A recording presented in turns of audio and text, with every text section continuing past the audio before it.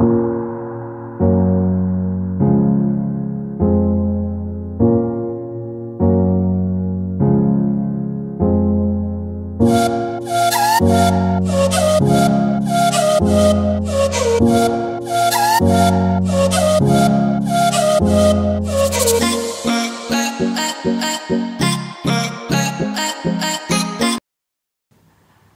bonjour à toutes et à tous. Aujourd'hui, nous allons réaliser notre troisième tuto, troisième étape pour réaliser notre livre. Aujourd'hui, nous allons faire une couverture. Alors, voici le matériel dont vous avez besoin. Dans un premier temps, il faudra un crayon, une équerre petit ou grand format, une latte grande ou petite, de la toile. Ici, on en a de 3 couleurs différentes. Une feuille de carton plus ou moins 3 mm d'épaisseur, de la colle vilinique, un pinceau et un cutter, et surtout, la réalisation de la fois précédente, notre livret avec notre page de garde et le canevas. Alors, dans un premier temps, on va libérer un peu d'espace, de sorte à être plus ou moins à l'aise pour faire notre couverture. Je mets sur le côté mes lattes, mon équerre, ainsi que mon livret. Pas besoin de colle vinilique ni de pinceau pour l'instant. Je prends ma feuille de carton et je vais y tracer 3 rectangles.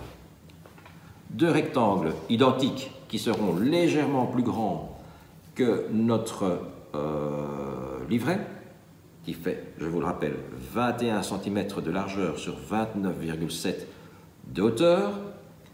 Et alors, je réaliserai encore un tout petit rectangle dont la largeur sera plus ou moins équivalente au dos de mon livre. D'abord, les 2 plats.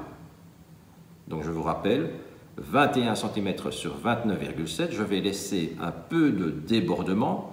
Donc je vais tracer en tout cas des rectangles de 21,8 sur 30,3. Je prends ma latte, je bénéficie de l'angle droit de mon carton qui a été découpé en usine, et à partir de ce moment-là, je vais reporter les différentes mesures. 21,8,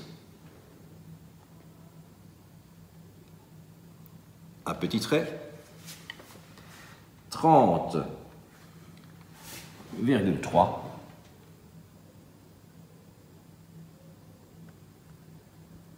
un petit trait. 2 solutions, soit je reporte la même mesure au-delà de mon carton, soit j'utilise mon équerre et son angle droit pour tracer une droite bien perpendiculaire au bord de mon carton. Alors je vais choisir cette opération-là. J'aligne le bord de mon équerre sur le côté de mon carton et je trace mon angle droit. Même chose de l'autre côté. J'aligne le bord de mon équerre sur mon carton. Le point repère que j'ai tracé tout à l'heure devient le sommet de mon angle et je trace mon angle droit. J'obtiens un rectangle parfait. Je vérifie l'angle droit tracé de cette manière-là et comme vous pouvez le constater, il est vraiment droit. Donc là, j'ai un premier rectangle. Je vais tracer maintenant le deuxième rectangle. Donc je vais reporter à partir de mon point repère précédent 21,8 cm. Le voilà. Par contre, j'ai déjà, je vais le revérifier, mon 30,3 qui apparaît ici. C'est parfait. Donc je vais prolonger cette ligne.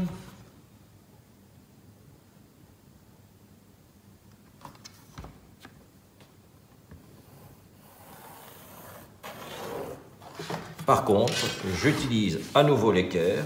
Mon point repère devient le sommet de mon angle droit. J'aligne parfaitement mon équerre et ma feuille de carton. Je trace l'angle droit et j'obtiens un deuxième rectangle. Une fois découpé, ce carton sera le plat de devant, le deuxième sera le plat de derrière. Je vous disais tout à l'heure que je devais encore tracer un rectangle supplémentaire qui aurait la largeur du dos de mon livre et la hauteur de 30,3 afin de la faire correspondre à la hauteur de mon triangle. De mon rectangle, pardon. Alors, la hauteur, je l'ai déjà tracée, donc je vais prendre la mesure du dos de mon livre, ça fait plus ou moins 3 mm. 3 mm, je vais le reporter, alors je vais exagérer un tout petit peu parce que 3 mm c'est vraiment très peu épais, je vais mettre 4 mm. 4 mm en bas, 2 points repères, indispensables pour pouvoir tracer une droite. Je relie mes 2 points repères et j'aurai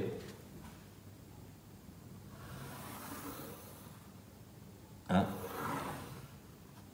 troisième rectangle tout fin qui va correspondre à la largeur du dos de mon livre.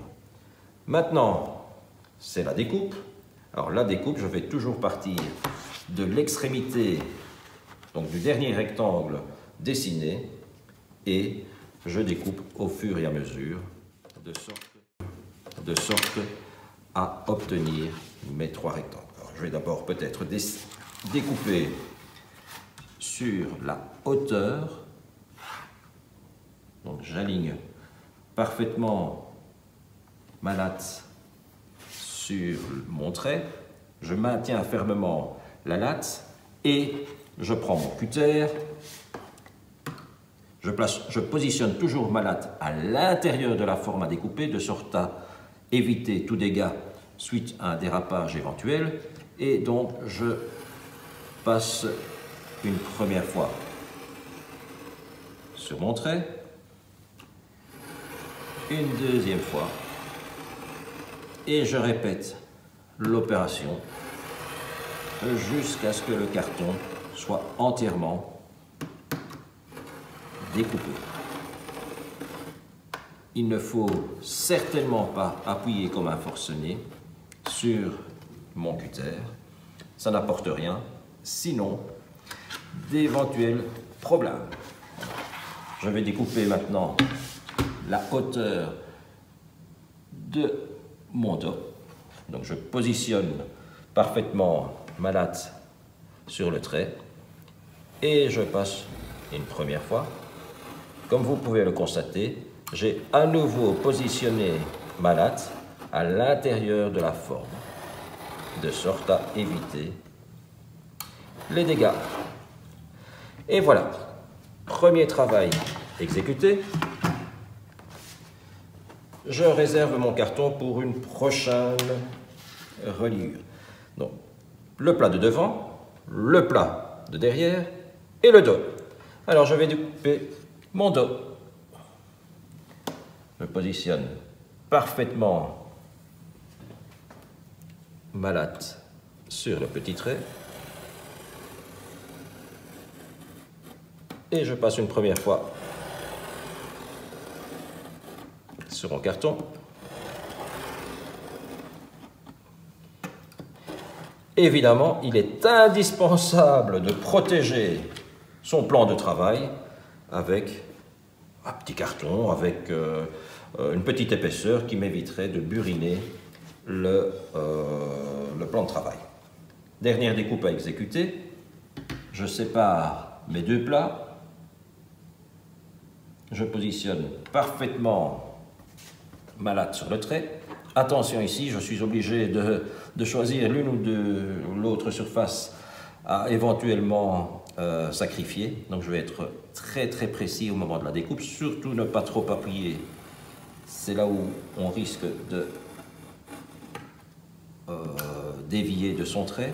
Donc je repasse une première fois, une deuxième fois, et ainsi de suite, jusqu'à la découpe complète, voilà, de mon rectangle. Je les superpose et je constate que mes deux cartons ont vraiment la même taille. Donc, mon plat de devant, mon plat de derrière, avec un recto, un verso. Le recto sera ma première de couverture, mon verso ma deuxième de couverture. Pour mon autre plat, le plat de derrière, on a le recto qui sera la troisième de couverture et le verso, la quatrième de couverture. Il nous reste maintenant à assembler ces trois éléments. Alors, pour cela, je vais utiliser de la toile. Vous pouvez utiliser, si vous n'avez pas de toile, du tissu. Ça ira parfaitement et ça peut donner un look relativement sympa à votre reliure. Alors, pour réaliser la jonction entre les différents plats et le dos, je vais utiliser une toile. J'ai choisi la toile jaune. Vous pouvez utiliser, comme je l'ai dit auparavant, du tissu. Ça convient parfaitement. Alors, comment faire? Alors, la hauteur de la toile aura au moins la hauteur de mon plat, auquel je vais rajouter un débordement de plus ou moins 2 cm. Quant à la largeur, ça dépend un peu du projet que vous souhaitez mener. Soit vous souhaitez recouvrir la totalité de votre couverture de tissu ou de toile. En ce sens, vous allez devoir prendre une grande largeur. En ce qui me concerne, je vais faire simplement un recouvrement très partiel de ma couverture, d'à peu près 4 cm. Donc 2 fois 4 cm, plus l'épaisseur de mon dos. Je résume ça à 8,5 cm. Je vais donc tracer sur ma toile un rectangle de 34 cm et demi sur 8,5. Alors je profite de l'angle droit de ma toile et je vais y tracer un rectangle de 34,5 sur 8,5. 34,5, le voilà. Donc, premier point repère.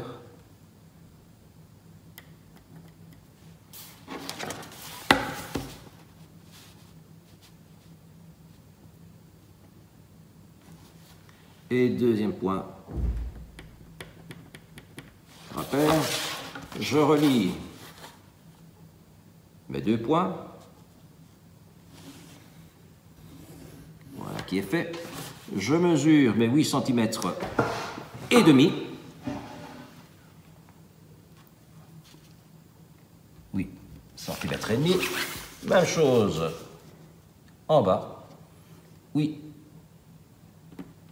centimètres et demi. Je relie mes deux points repères.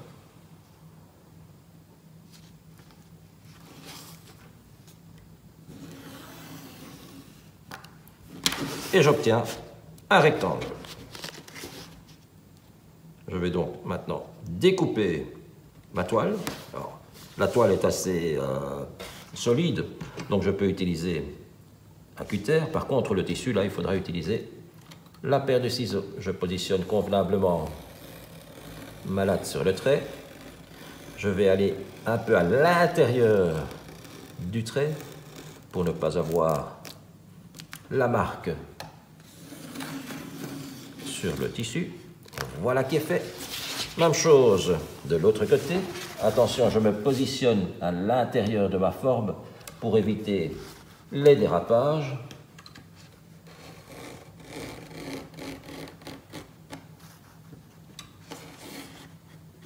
Et voilà qui est fait. J'obtiens un beau rectangle jaune de 34 cm et demi sur 8,5 de largeur. J'en ai fini de mes outils, de mon matériel. Je le réserve, je le mets sur le côté pour une prochaine reliure et ne conserve devant moi que mes deux plats. Mon dos, mon tissu ou ma toile, le cutter, je le ferme pour éviter les accidents.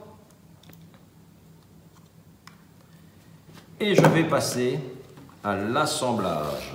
Alors, j'ai besoin néanmoins d'une latte, de ma colle vinylique et d'un peu de patience. Alors maintenant, la phase la plus délicate, on va assembler les différents éléments de ma couverture et pour cela, on va devoir faire un peu de mathématiques. Alors, dans un premier temps, j'ai mon dos. Mon dos, il fait 4 mm d'épaisseur. Je ne vais pas directement le coller à mon plat de devant, ni même à mon plat de derrière. Je vais laisser un espace. Cet espace équivaudra à plus ou moins 2 mm. 2 mm de part et d'autre de mon dos. Donc la distance qui sépare mes deux plats est plus ou moins égale à 8 mm.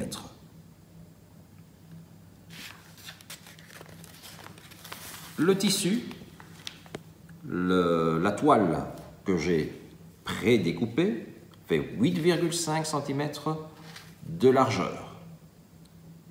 Et je vais tenter maintenant de centrer ma toile sur mes deux plats. Donc je prends 8,5 moins les 8 mm d'écart entre les deux plats, ça me fait 7,7. 7,7 que je divise en deux pour le centrage, ça me fait plus ou moins 3,8 cm de part et d'autre. Je vais donc tracer sur mon carton à 3,8 mm du bord une droite. En haut, en bas, de sorte à pouvoir tracer ma droite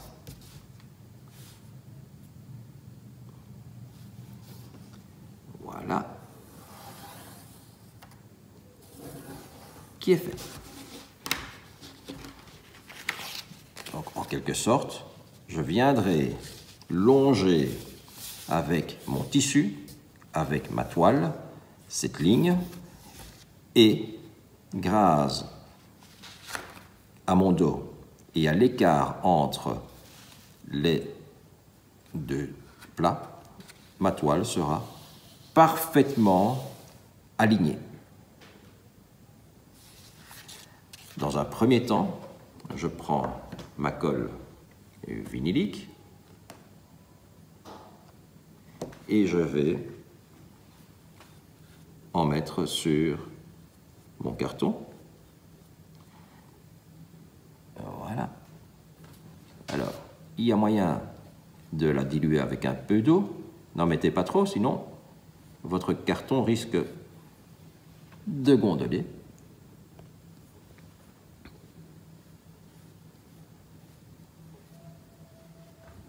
Voilà, je termine.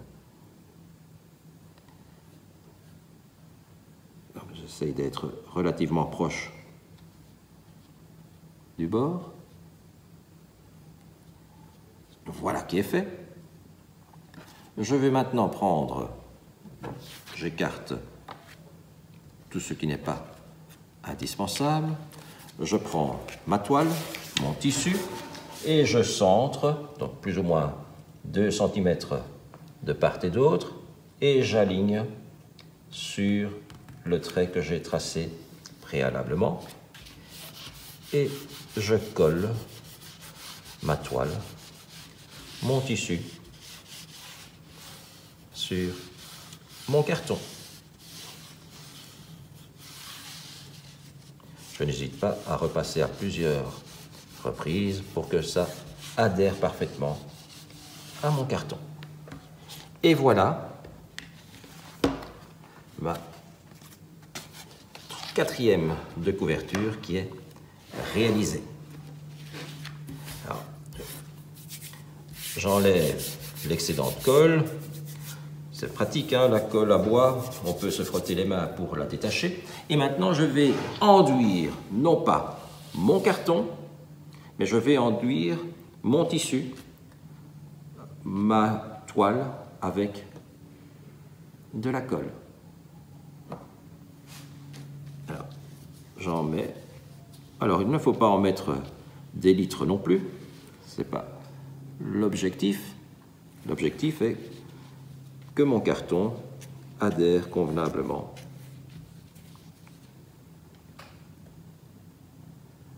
à la toile. Alors, hop, j'évite d'en mettre trop sur mon tapis de coupe. Voilà, qui est fait. Je n'hésite pas à en mettre aussi sur mon retour. Voilà, encore un tout petit peu de colle.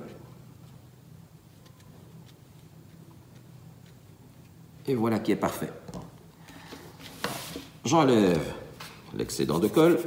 Hop, qui est fait. Les petits doigts sont tout propres. Et j'écarte ma colle. Dans un premier temps, je prends le dos et je vais le poser à plus ou moins 2 mm de ma couverture. Alors je fais en sorte qu'il soit exactement à la même hauteur, ce qui n'est pas le cas pour l'instant. Voilà qui est bon. Et plus ou moins 2 mm. Voilà qui est fait. Il ne faut pas avoir peur de se salir les doigts. Je prends mon plat de devant et je l'aligne à plus ou moins 2 mm.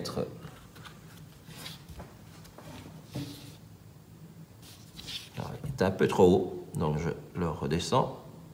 Voilà, il suffit d'appuyer un tout petit peu. Voilà.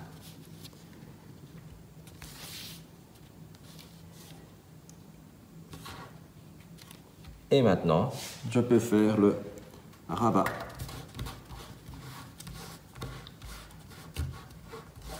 J'applique bien. Et j'applique bien. Alors, je marque le pli. Moi, j'utilise mon ongle pour le faire, mais on peut utiliser éventuellement un outil. Voilà, tel que un tournevis, la pointe du tournevis, et si on a plus d'espace, on peut utiliser le côté de la latte. Je retourne ma couverture et j'essaye, voilà, d'appliquer une certaine pression sur ma couverture. Voilà, j'ai un petit bout de toile, voilà. Et voilà notre couverture réalisée. Mes plats de devant et plats de derrière sont devenus première de couverture, deuxième de couverture, troisième de couverture, quatrième de couverture. Et j'ai obtenu quelque chose de pas trop laid. Voilà, ça donnera ceci. Maintenant, il conviendra de réemboîter, ou d'emboîter plutôt, mon livret à l'intérieur de ma couverture pour avoir mon livre achevé. Mais ça sera pour un prochain tuto. Alors, je vous souhaite bon courage et vous remercie déjà de l'attention que vous allez réserver à cette vidéo. En tout cas, moi, ça me fait très plaisir de vous compter encore plus nombreux maintenant sur notre chaîne. Et je vous dis à très bientôt. Bye bye.